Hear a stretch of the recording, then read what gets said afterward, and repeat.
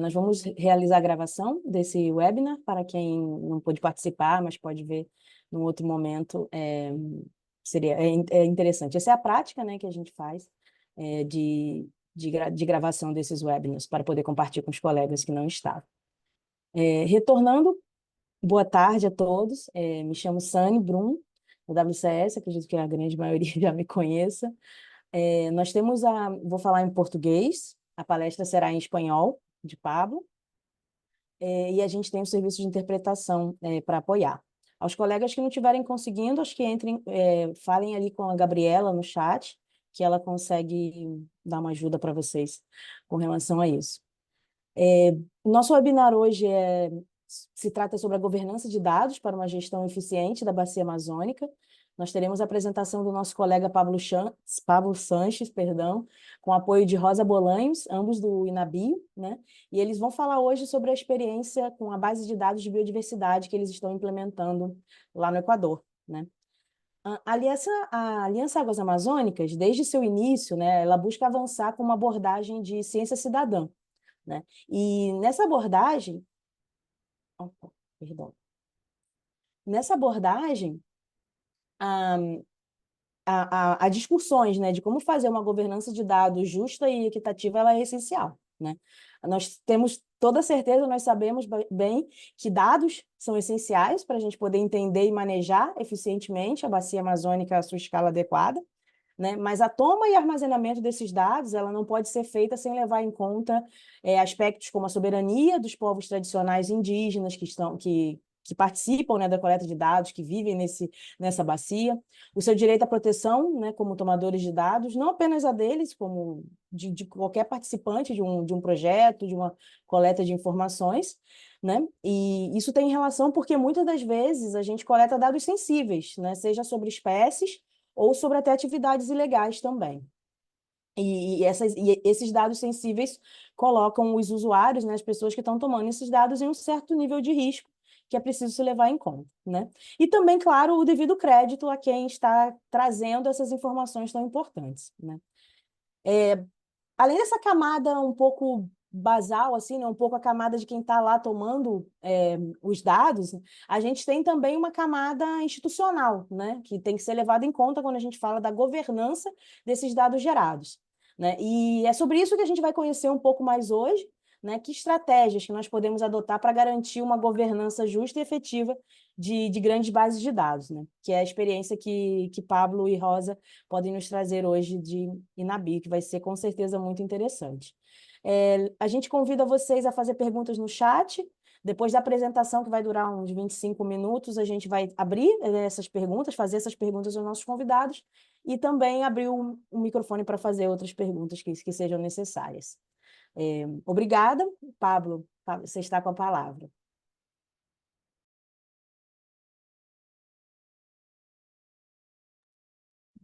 Muchas gracias, Sani.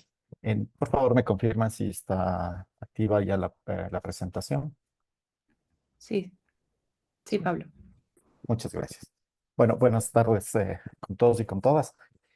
Gracias, Sani, por la presentación. Justamente la idea es presentarles un poco lo que está pasando acá en el Ecuador y argumentar acerca de cómo deberíamos hacer para manejar los datos, ¿no? Como bien decía Sani, los datos vienen de varias fuentes y tenemos que reunir todas esas fuentes. Ya no estamos hablando, como en nuestro caso, que sería solo del Ecuador, sino de muchas nacionalidades, de varios países, de varios orígenes y de varios niveles de generación de estos datos, ¿no?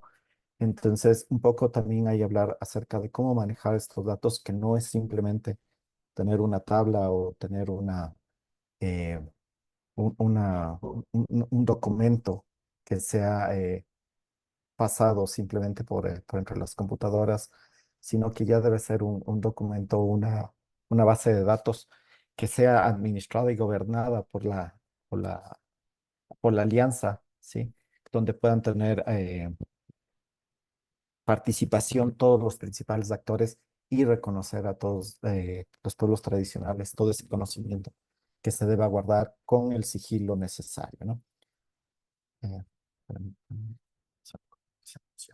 Entonces, lo que les decía, voy a estar justamente con Rosa Bolaños presentando esto. Rosa es la persona de innovación aquí, analista de innovación en el INAVIO, y ella puede contestar como preguntas más técnicas. Para mí es más la parte de la necesidad de los datos y de la presentación de datos como tal. Sí, la idea es cómo gestionar esos datos en toda su vida, ¿no? Entonces, ya con esto quiero un poco entrar en el tema y es justamente lo que les hablaba, ¿no? La generación de datos está tanto de varios grupos que generan estos datos que pueden ser desde las pesquerías, desde las comunidades, pasando por la academia y deben llegar a los tomadores de decisiones normalmente, ¿no? En estas conversaciones que hemos tenido en Alianza, más bien hemos visto la necesidad de que también llegue a los pescadores, llegue a las comunidades para que ellos tomen sus propios decisiones y que puedan ser parte de las necesidades y ellos vean de primera mano lo que está pasando y que se sientan seguros de que los datos que ellos están obteniendo también y están aportando son bien manejados y se van a entregar de la mejor forma, ¿sí?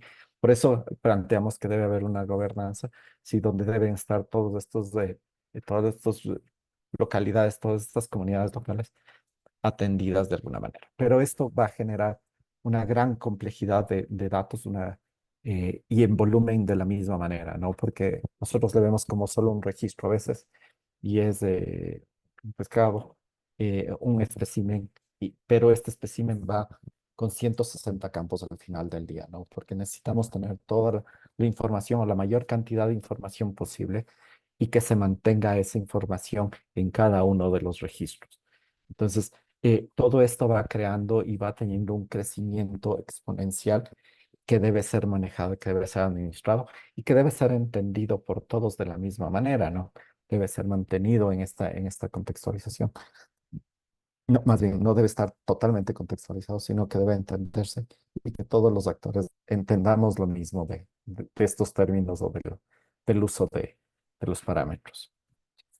Entonces, qué es la gobernanza de datos? Las políticas de datos son directrices o reglas que establecen cómo se debe gestionar, proteger y utilizar los datos con el objetivo de que los datos sean precisos, completos, consistentes, actualizados para el grupo de interesados. Como ven aquí, no solo es efectivamente esto, sino que debemos tener la seguridad de que los datos, si son sensibles, deban ser resguardados y tengan la protección debida, además de la protección del dato personal que del gestor del dato, ¿no? Muchas organizaciones, muchas comunidades dan sus datos personales para esto, representan su área de vida, representan su estilo de vida. Entonces, se necesita tomar en cuenta esto como para poder establecer las políticas en las que resguarden esta información y no sean y generen confianza entre la gente que le está generando, que le está compartiendo, que le está analizando y que va a seguir todo el giro del ciclo de vida, ¿no? Obviamente esta información debe ser de calidad para que todos podamos utilizarla, que podamos validarlos, ¿sí? Que puedan ser verificables de alguna manera y tener todos confianza, no solo de que se van a usar bien esos datos, sino que los datos que se entregan son confiables.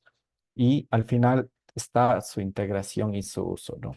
Y ahí está una parte adicional de la gobernanza y de estas políticas, y es que esos datos deben ser utilizados en el contexto de la alianza, en el contexto de la gobernanza, y por eso todas estas políticas deben ser muy completas en ese sentido para su manejo. Y aquí está un poco más a detalle cómo es el ciclo de vida, lo que llamamos el ciclo de vida de los datos desde su captura. Y ustedes van a ver, ustedes ya se están dando una imagen de cómo desde la captura ya tenemos diversidad. Sí, es muy diferente cuando una persona que está en las pesquerías colabora con la recopilación de datos y otra muy diferente cuando entra a la academia, ¿no? Pero esta diferencia en la toma de datos o esta diferencia en la completitud del dato no debe interferir en el almacenamiento del dato y en las capacidades de procesamiento, ¿no? Aquí me parece que en el círculo puede estar faltando una parte de reutilizabilidad del dato, sí que es bueno resaltarla, y es que estos datos deben ser, no es que se recopilan una vez, se usan una vez y se quedaron en un archivo, sino que deben tener un- deben mantenerse para que sigan manteniendo la capacidad de comparación en el tiempo para todos estos datos, ¿no? Entonces, tenemos el almacenamiento que les decía, el uso y procesamiento. Este uso y procesamiento no debe tener solo objetivos para una persona o para un grupo en particular, sola para la academia. Debe tener, la idea es devolver esa información a las comunidades, entregarles de la mejor forma posible, ¿sí? Dentro de sus lenguajes, entendiendo su contexto, ¿sí? Requieren un mantenimiento de estos datos, deben ser actualizados. Muchas veces se me ocurre un ejemplo, tenemos una actualización de las divisiones políticas que ha sucedido en el Ecuador y debemos actualizar esa información. Entonces, se debe manejar esta información y se deben ir modificando si es necesario por mejoras, como les decía, por política o por mejoras tecnológicas o lo que sea.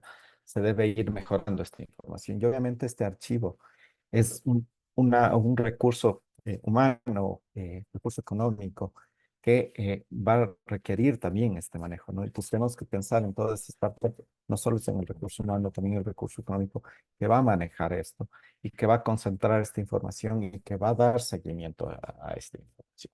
Sí, al final estamos poniendo ya la retención, la destrucción. Esto es de información que se requiera eliminar porque no podemos ser tampoco acumuladores eternos, pero sí debemos mantener la información importante y resguardarla para que siga su uso, ¿no? Y ahí es lo que les decía, que el reusar la información está en esta parte, ¿no?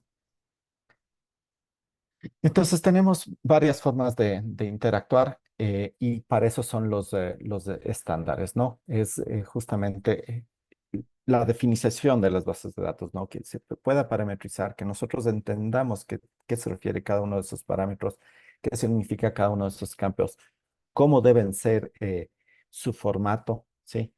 Y cómo vamos a intercambiar esa información, ¿no? Entonces, eso es en lo que nosotros nos referimos a la interoperabilidad y a la calidad de los datos. Y esto permite que todos los actores se comprendan o tengan el mismo idioma, ¿no? Es como generar diccionarios en los que todos entendemos exactamente lo mismo y permitimos esa comunicación. Es impresionante cómo incluso en investigadores que hablan exactamente lo mismo, que están en las mismas áreas, pueden tener campos que no dicen exactamente lo mismo, ¿no?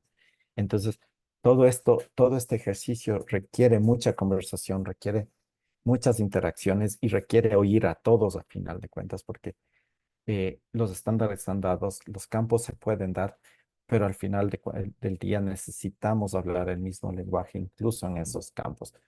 Entonces, ahí está un ejemplo, por ejemplo, lo de las fechas es algo muy simple, ¿no? Tener día, mes, año o mes, día, año. Y esto puede cambiar y puede complicar mucho porque, claro, en 10 datos no importa mucho, en 100 tal vez sí, pero ya cuando estamos hablando de millones de datos, como es en el caso que nosotros hemos detectado que para los datos de biodiversidad del Ecuador están alrededor de 6 millones de datos disponibles, el esfuerzo se vuelve muy, muy grande y ya se vuelve prácticamente Big Data, en donde todo eso es una complicación y lleva mucho tiempo el analizarlo y validarlo, ¿no? Entonces, si comenzamos una base de datos, más vale establecer unos buenos cimientos donde podamos compartir. Yo sé que ya están dados por lo menos los primeros pasos en la alianza eh, y por eso tal vez debemos trabajar en paralelo con dos estándares, más bien dicho, con- tanto con el estándar como con la gobernanza para avanzar, ¿cierto? Entonces ahí vamos a tener algunos problemas que se generan perdón, problemas generados en la gestión de datos y es esto, ¿no? Justo lo que les decía, la coordinación, esto que tengamos la predisposición y además todas las reglas claras para que todos los actores puedan eh, eh, manejar los datos sin duplicar esfuerzos, y principalmente recursos, ¿no? Que es lo que normalmente nos falta. Y lo que les decía, tener una descripción clara de los datos. Y a veces nosotros creemos que es obvio, que es sentido común los términos que usamos, y luego nos damos cuenta que simplemente solo entre dos países hermanos nos referimos a dos términos diferentes, ¿no?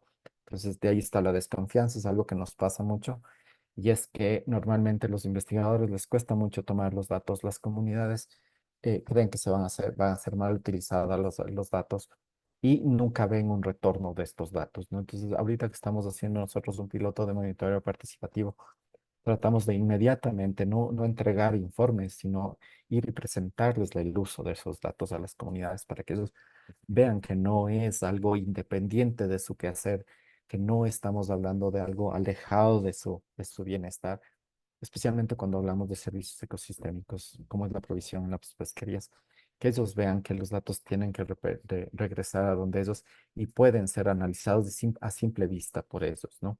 Entonces, estos dos niveles o varios niveles ¿cómo se llama? De desconfianza que puede haber para la entrega de datos, se trata de solventar. Igual está la colaboración, ¿no? Que están relacionadas en este mismo sentido, que uno cree que no hay transparencia en el uso final de los datos y evita que haya la colaboración, ¿no? Y a veces es hasta por idioma, y no me refiero por que tengamos el portugués también y el español, sino a veces hablamos en diferentes idiomas simplemente de dialecto o simplemente de la normativa que tenemos en cada uno de nuestros países, ¿no es cierto? Y esto se dificulta y esto multiplica en la complejidad el rato que ustedes se ponen en la escalabilidad, ¿no? Si yo digo que Ecuador, que es pequeñito, tiene 6 millones de datos disponibles entre todas las colecciones que es lo que nosotros ahorita estamos tratando de repatriar los datos. Imagínense solo Colombia o Brasil, cuántos datos deben estar disponibles en un caso de biodiversidad, ¿no? Y si a esto se comienza a hacer una generación continua de datos, la escalabilidad, y si no lo hacemos a tiempo, eh, vuelve los problemas crecen de la misma manera de forma exponencial, ¿no? Normalmente se dice que para solucionar un problema, un error, se necesita 10 veces más de energía que para crear el error, ¿no? Entonces, podemos ver que es por lo menos una orden de magnitud mayor el corregir todos estos problemas. Y por eso un poco es el argumento ahora de que debemos comenzar con pie derecho y ya conversar las conversaciones sobre la gobernanza, sobre la estructura, sobre la parametrización, sobre la política de datos, para tener unos buenos cimientos de lo que es la base de datos y del manejo de la información en general, o la gestión integral de la información. Aquí tenemos todos los problemas que les estaba mencionando, Alga. Aquí solo es un flash de todos los problemas que se me ocurren o que se nos ocurrió con Rosita, para que vean toda la cantidad de problemas que tenemos que ir solventando, pero que debemos ir mapeándolos de una vez. Entonces, pero esto no es algo nuevo, no es algo que no tenga soluciones, o por lo menos que tiene ya un trabajo previo hecho, ¿no? Entonces, como les mencionaba arriba, perdón, eh, ya tenemos información, ya tenemos eh, estrategias, ya tenemos protocolos que nos permiten manejar esto, ¿no? Tenemos experiencias previas. Entonces aquí un poco les enseño lo que, por lo menos del lado ambiental, por lo menos relacionado a datos ambientales y de biodiversidad, lo que se tiene, ¿no? Entonces aquí tenemos el estándar Arwin Core, el que estamos usando nosotros. Muy probablemente tenemos que usar el ABCD, que es en un estado posterior que tiene más información, ¿sí? Estamos usando constantemente la taxonomía por nuestro lado. Eh, bueno, es taxonomía de bases de datos, perdón. Los datos ecológicos de metadata, que es justamente establecer el origen de los datos, porque a veces nosotros nos concentramos solo en la línea de datos, en lo que necesitamos, pero esos deben estar asociados a su fuente, a su origen, a su razón, a su pregunta, si es un caso de ciencia, que podían darnos. Entonces, es utilizar todos estos estándares que nos van a afectar y que van a colar en nuestra toma de datos, ¿no? Como la parte de Open Geospatial Consortium tenemos ya estándares que no son directamente de biodiversidad o no son directamente de pesquería, pero involucran todo lo que es georreferenciación. Entonces necesitamos esto. Y de ahí está todas las formas que tenemos de intercambio de información, ¿no? Entonces ahí ya tenemos toda la tecnología, ya es con Java, con XML o con CSV. Y son buscar la forma más sencilla de interoperar con nosotros, sí, que no requiera un esfuerzo o no sean programas pagados o que no requieran necesariamente de datos propietarios, no, perdón, de programas propietarios que se vuelvan prohibitivos, ¿no? Porque ese es el otro tema. La limitación no está dada solo por la capacidad de análisis. A veces nos sale más caro el tener programas que el sí tener la información, ¿no? Entonces, también ver la forma más sencilla de que al final del día, si nosotros cambiamos de herramientas, los datos están ahí disponibles sin importar que, sí, que nos permita desarrollar por nuestro lado y no nos ate a una herramienta, ¿no? Y eso era un poco el mensaje también, que no busquemos necesariamente en un inicio la herramienta. Yo sé que la herramienta nos facilita el trabajo y nos permite implementar las cosas. Y de acuerdo, usemos la herramienta que estemos usando, pero no perdamos de vista estas dos cosas, ¿no? La estructura de la base de datos y la gobernanza del dato, ¿sí? ¿Qué es lo que nos va a dar en realidad la solvencia y nos va a dar la sostenibilidad al final del día? Porque los datos siempre van a estar en nuestra soberanía o en la soberanía de cada una de las comunidades. Aquí está el ejemplo de Darwin Core, que es el que está manejando aquí la Base Nacional de Datos de Biodiversidad, que está administrada por el Instituto Nacional de Biodiversidad, que es el INABIO. ¿Sí?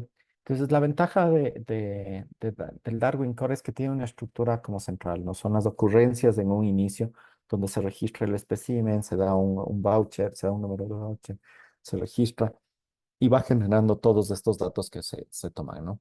Pero no está limitado a estos datos que en un inicio son solo de colecciones científicas para nuestro caso, sino que se pueden ir dando como una estrella de módulos que están asociados a este número único, ¿no? Ya un rato que estamos dando una conexión única con una especie, con una taxonomía, ya una taxonomía al lado biológico que nos permita conectar estos datos, ya tenemos más cosas, ¿no? Entonces ya podemos relacionarlo con especímenes asociados, con eh, toma de tejidos, si son observaciones, ¿sí?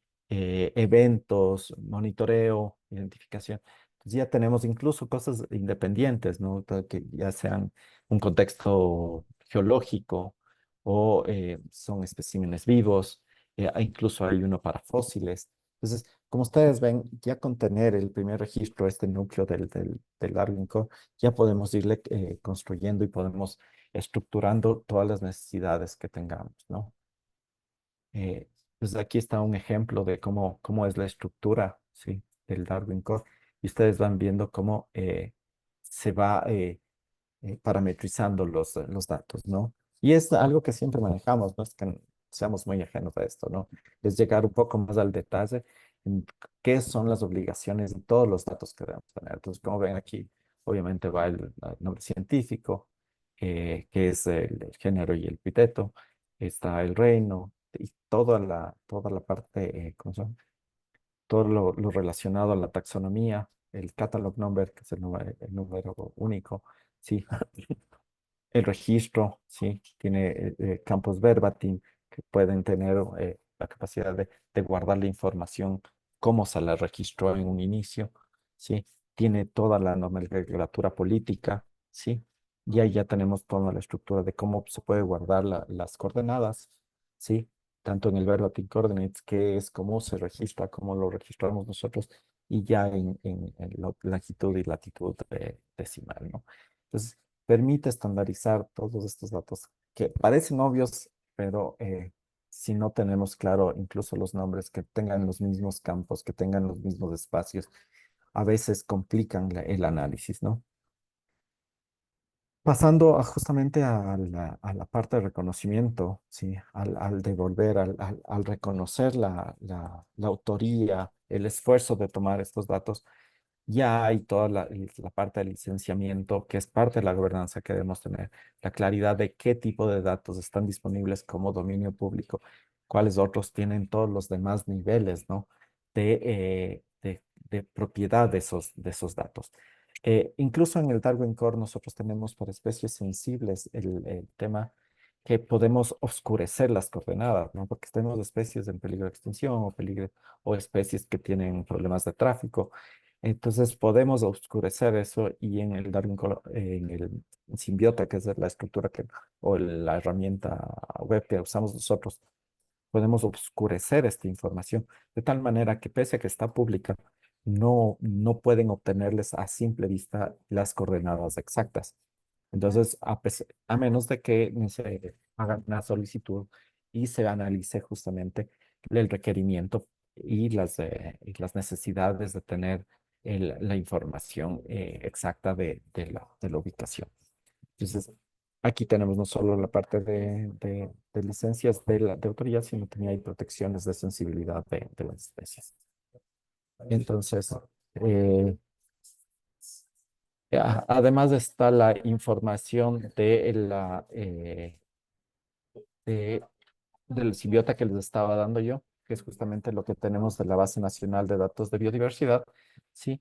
Y es la información que tenemos hasta ahora de de las colecciones científicas unida a Ciencia Ciudadana, porque nosotros también ya registramos aquí el, herramientas como iNaturalist y como eBird cuando se hacen de registro de especies. Entonces, lo que estamos haciendo nosotros es tener el dato fuerte de las colecciones científicas y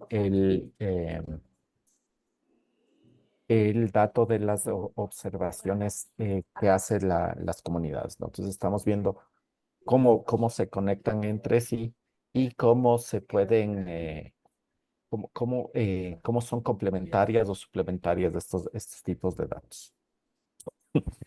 Para el caso en particular de peces de agua dulce, ustedes pueden ver aquí cómo se estructura el dato, lo que nosotros tenemos, cómo podemos registrarla a nivel incluso de digitalización de imágenes, ¿sí? Que están disponibles y que pueden servir tanto de dato como para análisis de poblaciones, si es que tuviéramos la cantidad suficiente de información y eh, la comparación, ¿no? Entonces permite también la identificación de especies cuando se tienen registradas y cuando se tienen las imágenes digitales, ¿no? Esto es un poco muy académico y la idea es justamente pasarlo a un nivel que que puedan hacer el registro comunidades o guardaparques o los diferentes actores que van a recopilar la información, ¿sí? Para que sea más sencillo. Esto es muy académico, ¿sí? Pero la ventaja de esto es que ya una vez dada la base de datos, podemos generar las herramientas que se necesiten, ¿sí? Porque siempre se van a guardar en la misma estructura. Y esto es que justamente este archivo general permanezca en esa estabilidad tanto de significados como de sintaxis, como de información general. Como les decía, bueno, esta es la base de datos. Si necesitan más información de la base de datos, estamos a las órdenes. Nosotros estamos implementando el Simbiota. El Simbiota no es solo para uso de nosotros. Lo que nosotros hacemos como instituto público es permitir el uso de la base de datos sin que tengan que implementar localmente, ¿no? Entonces nosotros les damos acceso al uso de la herramienta, sí, con el pedido y con el compromiso nuestro de uso. Y las diferentes colecciones pequeñas o diferente tamaño que quieran utilizar la herramienta sin implementarla, sin tener recursos propios, pueden depositar aquí los datos y ellos manejar sus datos con la propiedad y con la gestión propia que tengan cada una de las colecciones. Y así nosotros fortalecemos el uso de los estándares, ¿sí? Y que haya un repositorio unificado que permita justamente este intercambio y esta reutilización de la información. Eh, entonces, con esto lo que queríamos decir es justamente que las bases de datos permiten la interacción de todos los actores, permiten la cooperación, no solo de académicos, sino de todos los actores que están asociados a estos datos y articulan, sí, dan estos engranajes, permiten dar todas las reglas claras y la transparencia como para que el manejo sea en conjunto y sea manejado por toda la comunidad.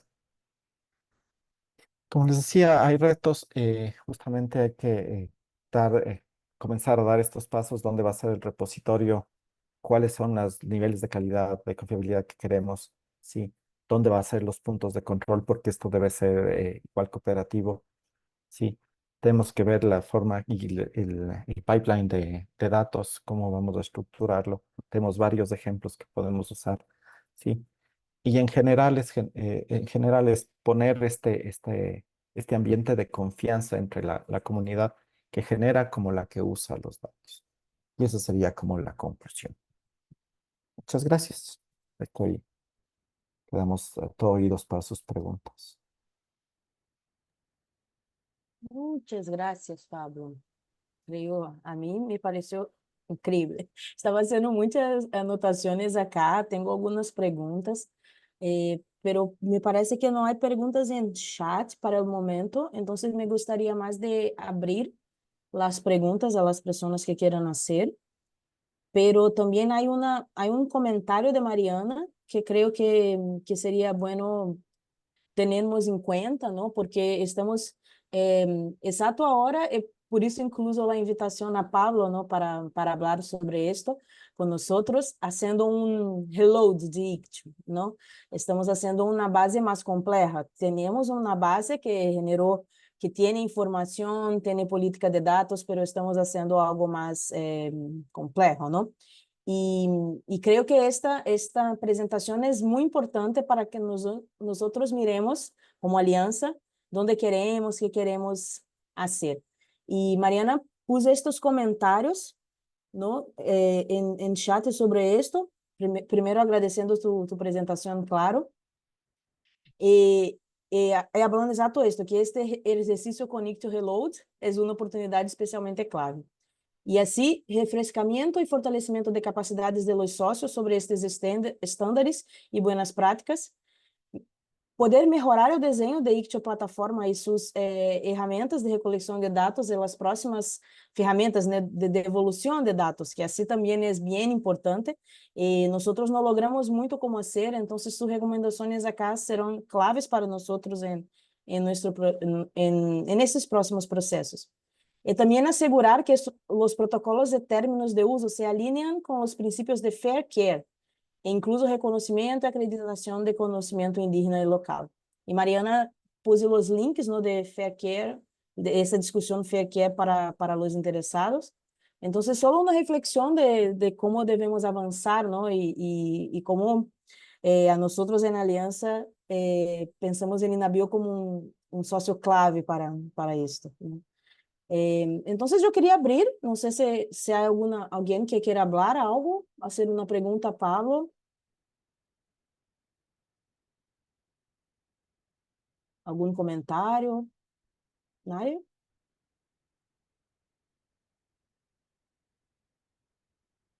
No. Bueno, ahí Entonces, sí, claro, solo puede hablar, justo porque unos yo voy a buscar comentarios. acá mis anotaciones para entonces hacer mis preguntas. Ok. Claro, No, un poco lo hable. que decía Mariana, totalmente es justamente lo que no quise usar es las palabras de el fair y el care. Pero justamente es lo que buscamos, ¿no? Fair, que significa findable, accessible, interoperable and reusable, es justamente lo que tratamos. Sí, y es que toda la información que ustedes vieron es pública, pero a veces lo que sea público, que esté abierto, no da la mayor confianza. Sí, y es también asegurarles que por más que esté abierto, vamos a tener el cuidado de esa información. Y por eso es lo importante la gobernanza, ¿no? Esta vigilancia que tenemos del buen uso, ¿no? Porque puede ser todas estas cosas, pero no podemos poner en riesgo comunidades o personas o especies sensibles, ¿no? Entonces, esto también es, así sigamos el FAIR, sí, que esté disponible la información, que sea accesible, pero a veces sí necesitamos tener límites porque la información y los datos se vuelven muy, muy sensibles. Entonces, esa es la idea justamente de la gobernanza, de que obedezcamos estas grandes iniciativas, pero también cuidemos a las personas y a las especies que son sensibles. Sí, claro. Eh, a mí me gustó mucho su cuadro de estos ciclos de vida de los datos, porque normalmente nosotros no pensamos en los datos como todo, como decía ya, con las políticas de los acuerdos, estas cosas. Entonces a mí me gustó mucho, mucho este cuadrito. Creo que sería bueno si pudiésemos, no sé, si pegar tu presentación o hacer como un PDF de esto, porque creo que es bien importante para lembrarmos de esto todo, ¿no? Que los datos son también estas partes. Y a mí me gustó mucho. Muchas gracias por esto. Y yo tengo una pregunta bien específica porque tenemos estos problemas, ¿no? Ahora, exacto. Tú decías, mismo que estemos en la misma cosa, nosotros, por ejemplo, con Ictio somos especialistas en pesquerías, estamos colectando datos de pesquerías. Y exacto como decía, los formatos pueden ser los más distintos posibles, ¿no? Entonces, la pregunta es así, ¿dónde debe estar la descripción exacta de las variables? De qué estamos colectando? Esto debe estar adjunto a la base, debe ser una hoja separada, pero que todos, así con la experiencia de Navío, ¿cómo están, dónde creen que es el mejor local o el mejor política, no sé, mejor conversación para, para hablar sobre eso y dónde esto debe estar bien claro? Normalmente para Darwin Core ya hay una página dedicada donde es un diccionario donde te dice exactamente qué es. De todas formas, son sugerencias de manejo, ¿sí? Y este diccionario puede tenerlo directamente la alianza en su página web donde oriente cómo debe ser manejado, cómo es el diccionario, ¿sí? Y puede asociarse directamente además a las bases de datos. Esa es la ventaja de las bases de datos. Tú puedes tener la metadata y puedes orientar la información en dónde debe estar, ¿no? Entonces ahí es cuando la tecnología es nuestro gran aliado porque ponemos y conectamos todas estas cosas que en la normalidad van a estar en una carpeta separada. Todos estos se van a ir conectando dentro de la información que tenemos asociada. Entonces, la recomendación es que sea parte de la base de datos, obviamente, ¿sí? Y sea generado como política de la alianza, donde todo el mundo pueda tener acceso. Rosita quiere dar más más detalles al Sí, buenas respecto. tardes con todos, mucho gusto. Te comento que como habíamos presentado Darwin Core en el caso de especímenes biológicos, te da una posibilidad de 160 campos estandarizados. Como dice Pablo, el estándar como tal ya te describe qué significa cada campo y te sugiere cuál debería de ser el estándar utilizado. Darwin Core acoge estándares para definiciones de fechas, para definiciones de coordenadas, o sea, no es un estándar aislado. La idea es que el consorcio, un grupo de interesados, posiblemente manejar 160 campos es imposible. Lo que se hace es simplemente entre el acuerdo, dicen ustedes, estos son los 10 campos que necesito, voy a coger el estándar Darwin Core y los voy a manejar de esta manera. Entonces el estándar es todo un abanico, es un marco de referencia del cual ustedes pueden tomar aquellos que realmente tengan injerencia para el objetivo que está buscando el grupo de interés.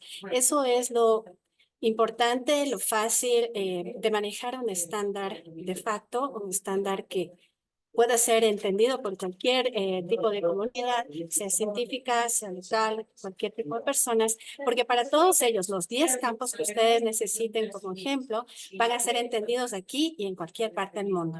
Es más o menos la idea.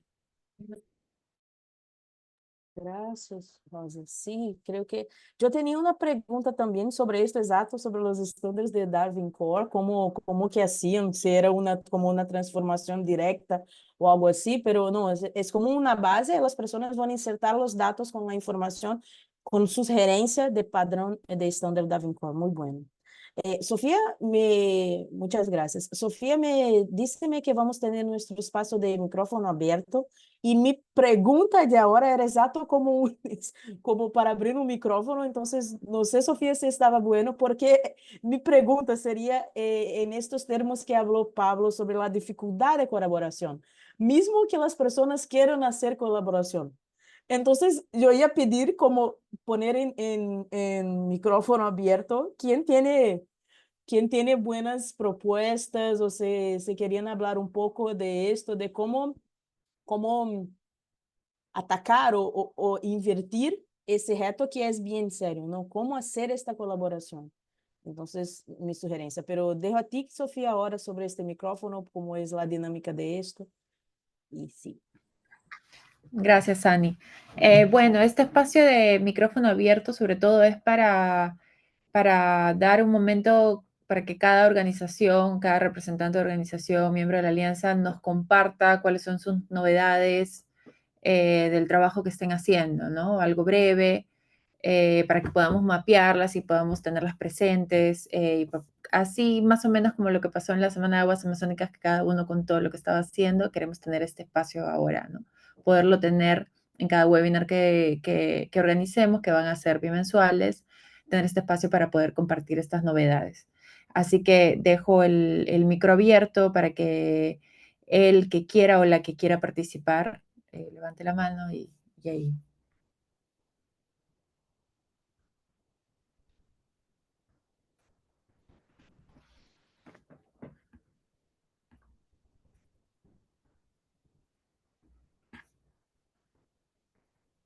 ¿Nadie?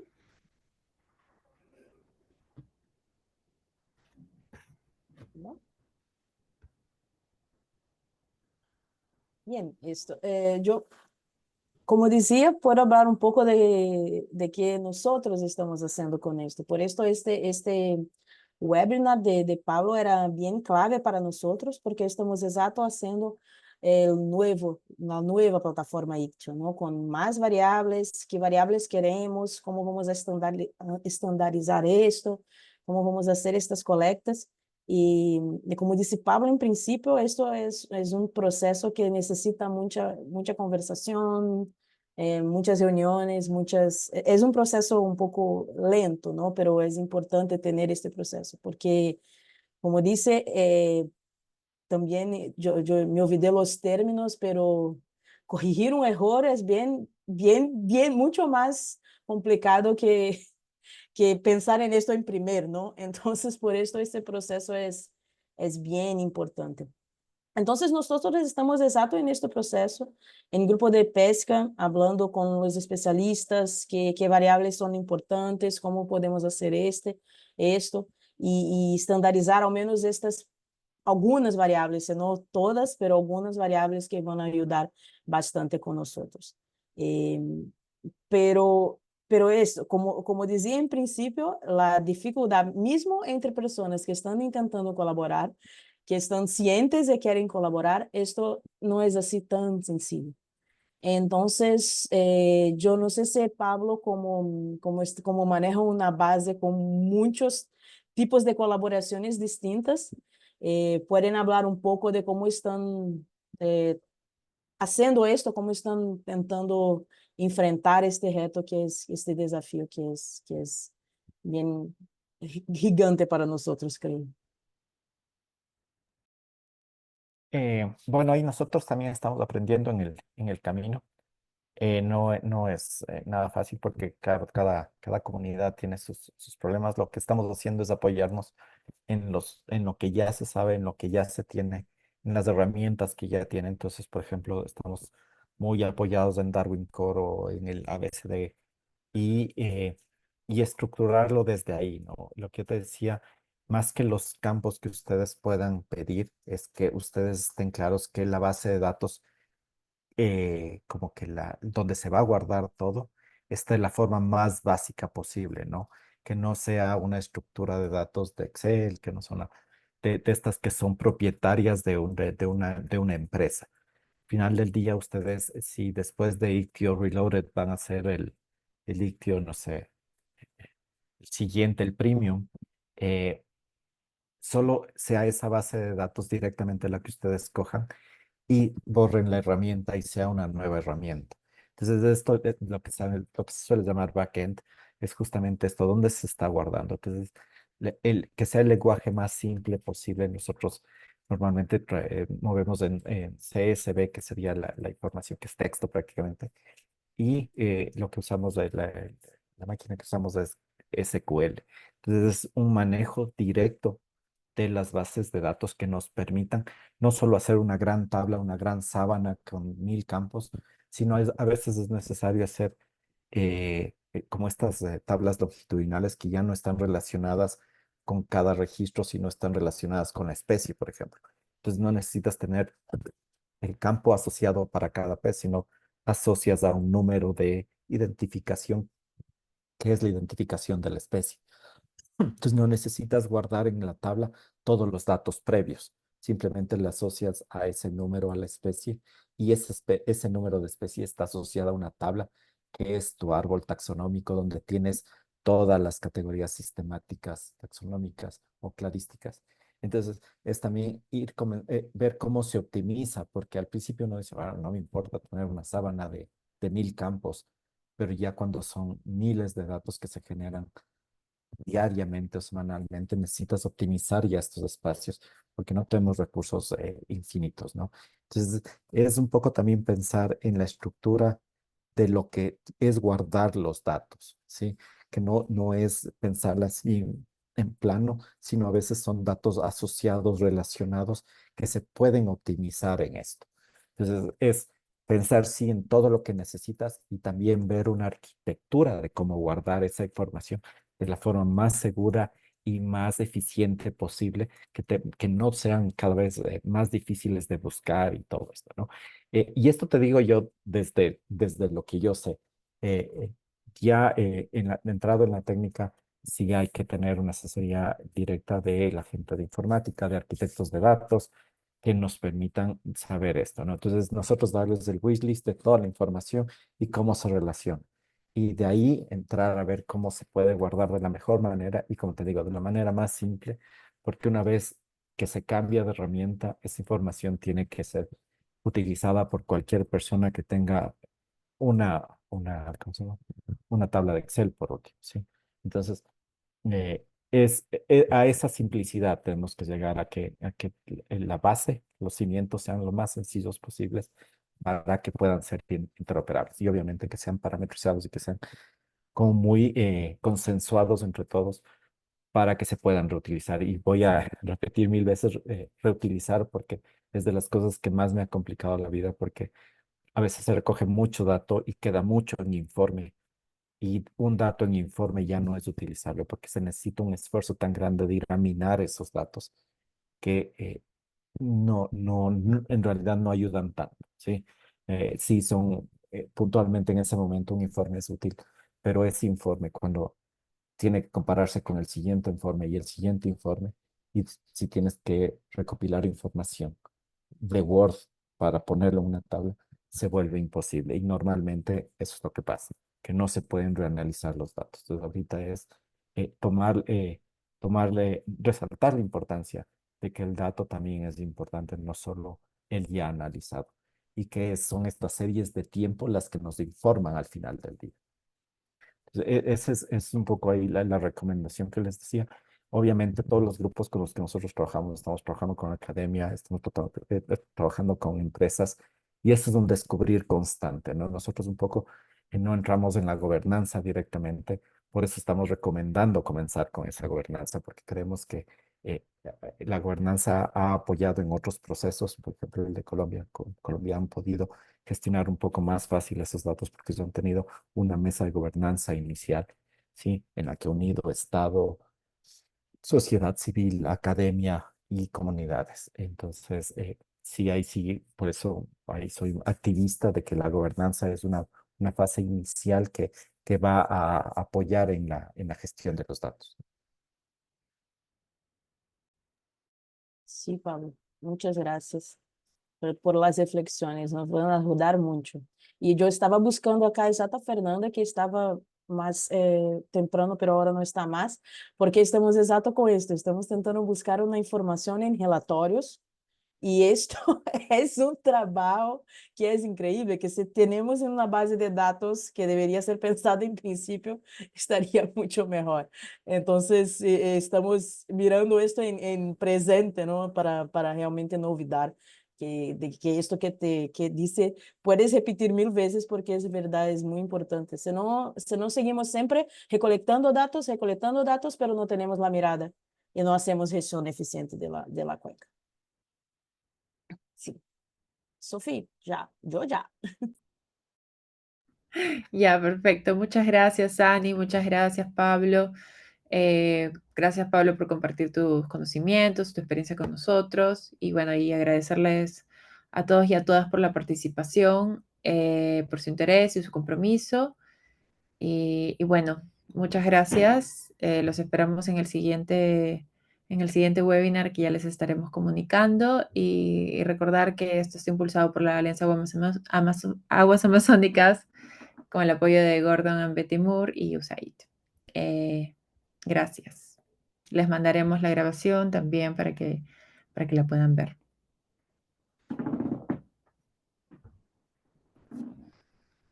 Muchas gracias a todos.